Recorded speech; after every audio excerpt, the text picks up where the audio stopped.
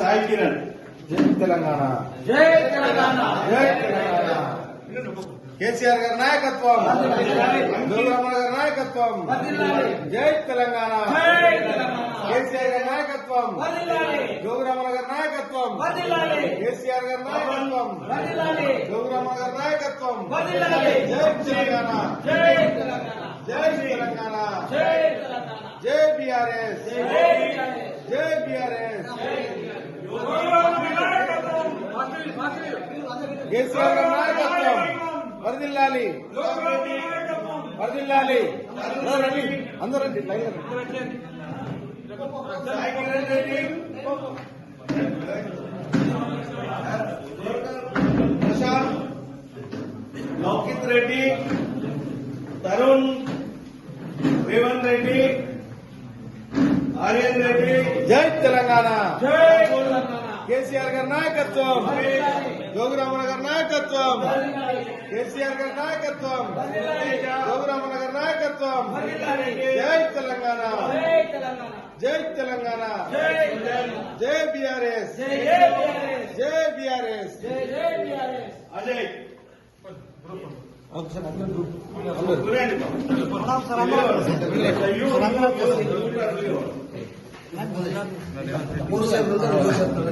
తమ్ముడు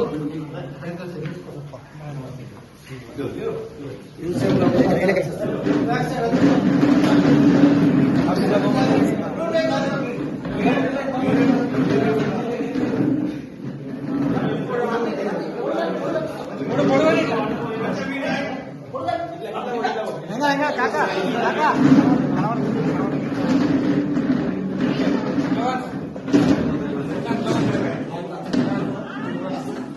జై తెలంగాణ, కేసీఆర్ గారి నాయకత్వం, జోగురామన్న గారి నాయకత్వం.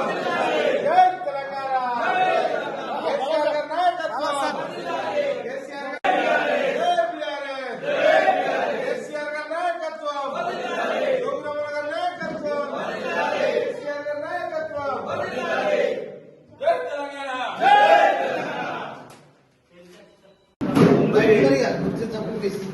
గ్రామానికి సంబంధించినటువంటి యువత, గౌరవ మాజీ మంత్రివర్యులు, బీఆర్ఎస్ పార్టీ జిల్లా అధ్యక్షులు వారి యొక్క ఆధ్వర్యంలో మేమంతా కూడా బీఆర్ఎస్ పార్టీలో చేరి ఆ పార్టీకి సేవలు అందిస్తామని చెప్పేసి మరి గతంలో 2 పార్టీలు కూడా యువతను మోసం చేసి మరి యువత శ్రోతలందరికీ పేరు పేరు నమస్కారం. మరి ఈ సంక్రాంతి పండుగకు ముందు ఒక ఉమ్మడి గ్రామస్తులు పార్టీకి మరొక కానుకగా మేమందరం కేసీఆర్ గారు వెంబడి ఉంటాం. కేసీఆర్ గారు 10 ఏళ్లలో చేసినటువంటి అది గ్రామాలు కావచ్చు, పట్టణాలు కావచ్చు,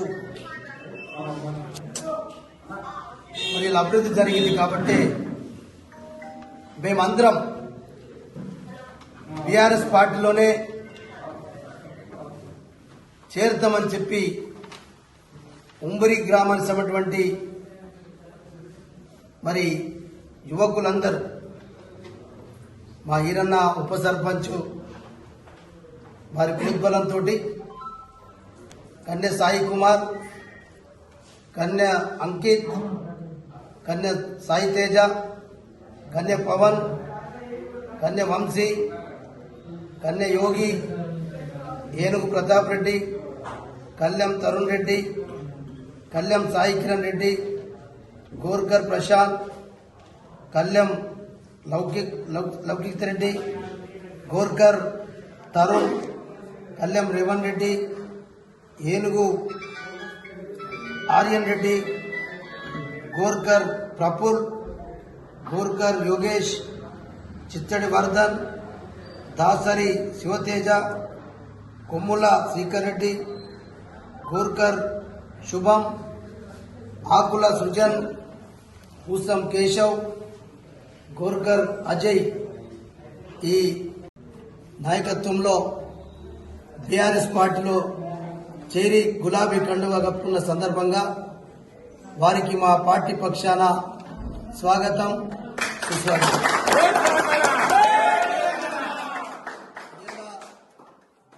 రేవంత్ రెడ్డి గారి ప్రభుత్వం, నరేంద్ర మోడీ గారి ప్రభుత్వం యువకులతో సహా, నిరుద్యోగ యువకులతో సహా, ఉద్యోగస్తులతో సహా ఇలా రైతులను, రైతు కూలీలను, ఏ వర్గాన్ని కూడా మిగలకుండా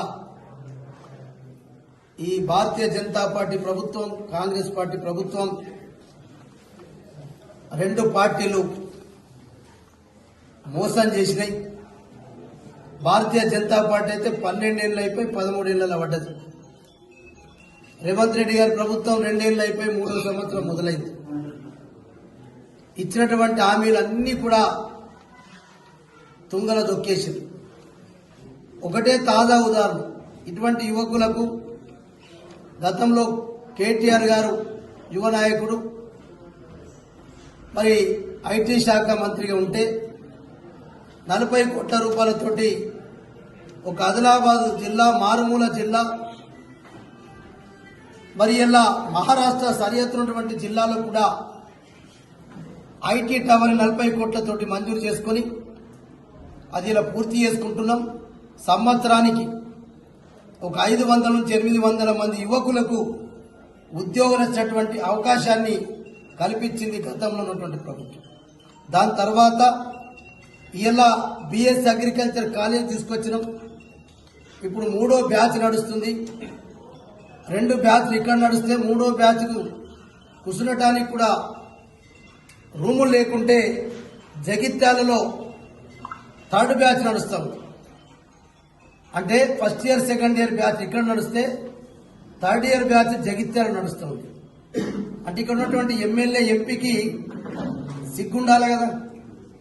కనీసం 2 ఏళ్లలో వాళ్ళ కూర్చోబెట్టడానికి అకామిడేషన్ ఏర్పాటు చేయకుండా మేము ఇచ్చినటువంటి 100 ఎకరాల భూమి అలాట్ చేసి 50 ఎకరాల భూమి సాకునాలలో మరి గవర్నమెంట్ కూడా హ్యాండ్ ఓవర్ చేసినటువంటి దాఖలాలు మేము చేస్తే ఒక్క భవనం కట్టలేక 3rd బ్యాచ్ జగిత్యాల నడుస్తుంది. జేఎన్టీయూ ఇంజనీరింగ్ కాలేజ్ తీసుకొచ్చి ఎన్నికల కంటే 4 నెలల ముందు జీవో తీసుకొచ్చి జేఎన్టీయూ ఆధ్వర్యంలో ప్రభుత్వ ఇంజనీరింగ్ కాలేజ్ ఆదిలాబాద్ జిల్లాలో, ఉమ్మడి జిల్లాలో లేదు, ఇంజనీరింగ్ కాలేజ్ కావాలని చెప్పి జీవో తీసుకొస్తే 2 ఏళ్ళు అయిపోయింది. కాంగ్రెస్ పార్టీ ప్రభుత్వం వచ్చి 2 ఏళ్ళు అయింది. ఇక్కడ ఎమ్మెల్యే, ఎంపీ గెలిచి ఆ ఇంజనీరింగ్ కాలేజీకు ఇప్పటిదాకా దాన్ని అడిగే నాదులు లేడు. దాని గురించి ఇప్పటిదాకా ఎమ్మెల్యే, ఎంపీ దాని గురించి ఎక్కడ మాట్లాడతలేదు. ఎమ్మెల్యే ఎక్కడ అసెంబ్లీలో అనేక రకాల మాట్లాడాడు. కానీ ఇంజనీరింగ్ కాలేజీ మంజూరైంది, దానికి స్టార్ట్ చేయాలని చెప్పి దానికి 100 ఎకరాల భూమి కూడా కేటాయించాలి. నేను ఎమ్మెల్యే గారికి చెప్పిన, కాదంటే 100 ఎకరాల భూమి ప్రభుత్వం ఉంది, నేను కావాలంటే ప్రభుత్వ భూమి ఎక్కడుందో చెప్తా, నువ్వు 100 ఎకరాలు అలాట్ చేపించేసి ఇంజనీరింగ్ కాలేజ్ కూడా స్టార్ట్ చేస్తే ఇప్పటికి 2 బ్యాచ్లు అయిపోతుంది. ఆ ఇంజనీరింగ్ కాలేజ్ లేదు. జైనత్ బేలగాలితే చాలా లాంగ్ డిస్టెన్స్ ఉంది. ఇప్పుడు 133 వెళ్తే 33/11 సబ్ స్టేషన్ జైనత్లో మరి దాని కెపాసిటీ పెంచుకుంటూ వచ్చింది. ఇలా రైతులు బోర్లు కొట్టుకున్నారు, బావులు తవ్వుకుంటున్నారు. లో వోల్టేజ్ ప్రాబ్లం ఉంటుంది. బేలా లాస్ట్ కొప్పాయి, మంగురుడు, సోంకా అక్కడ ఏదైతే మరి పొనాల అటువంటి గ్రామాలకు ఇప్పుడు లో వోల్టేజ్ ఉంటుంది. మోటార్లన్నీ ఒకటేసారి రన్ అయితే రన్ కావు. దానికి 133/11 ఆ పెద్ద సబ్ స్టేషన్ కూడా జైనత్కు మంజూరు చేసినాం. 4-5 ఎకరాల భూమి కావాలంటే కూడా భూమి కూడా రెడ్డింది ఎండోమెంట్ది. దాని గురించి కూడా ఈ ఎమ్మెల్యే, ఎంపీ చేయడు.